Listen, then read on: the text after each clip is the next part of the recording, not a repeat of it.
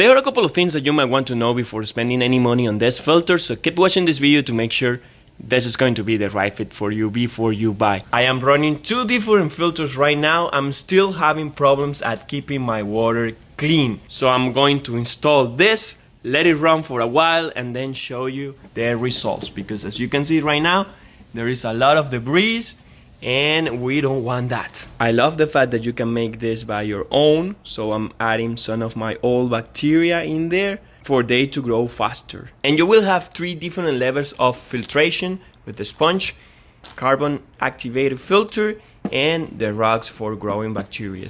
I'm not going to put the carbon activated, so I'm gonna be using only these two. By the way, I love this design. Whenever you need to take the filters out, you only need to pull these two up. Okay, so after a couple of hours, there's still some debris on the sand, but it's doing way better than my previous filter.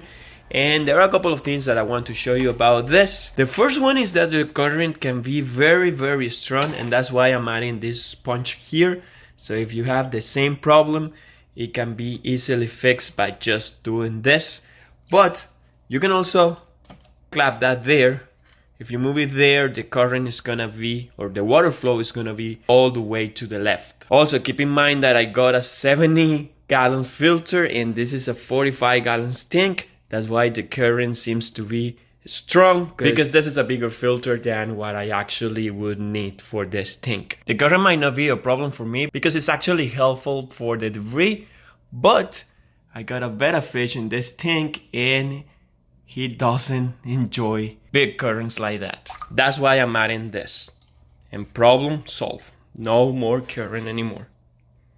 Like I showed you before, this worked by adding three media filters. The first one is some rocks for bacteria to grow. Then you can add the activated carbon, which I didn't because I like my water to have tannies and look like this, like a river, kind of yellowish. The activated carbon will clean that and will make the water pristine. So if you like clear water, you can add that one as well. And of course, the sponge filter that goes on the top. When you need to clean this, you just need to pull this up and that will be very easy. And by the way, the filter is very quiet, as you can hear. You can barely hear. But to be honest, I think it is also due to the fact that the water is all the way to the top and I have this mesh right here. Otherwise, if the water level were low, I think with that current, it could be like a very strong waterfall and it probably wouldn't be that silent. Oh, by the way, the filter have this top that you can easily put in there to close it. I also love the fact that that is adjustable. I put it all the way down, almost reaching the bottom, but you don't need to. If you want to just leave it halfway, you can easily do that. Because the water flow and the current are stronger now, all the debris from the sand is getting cleaned.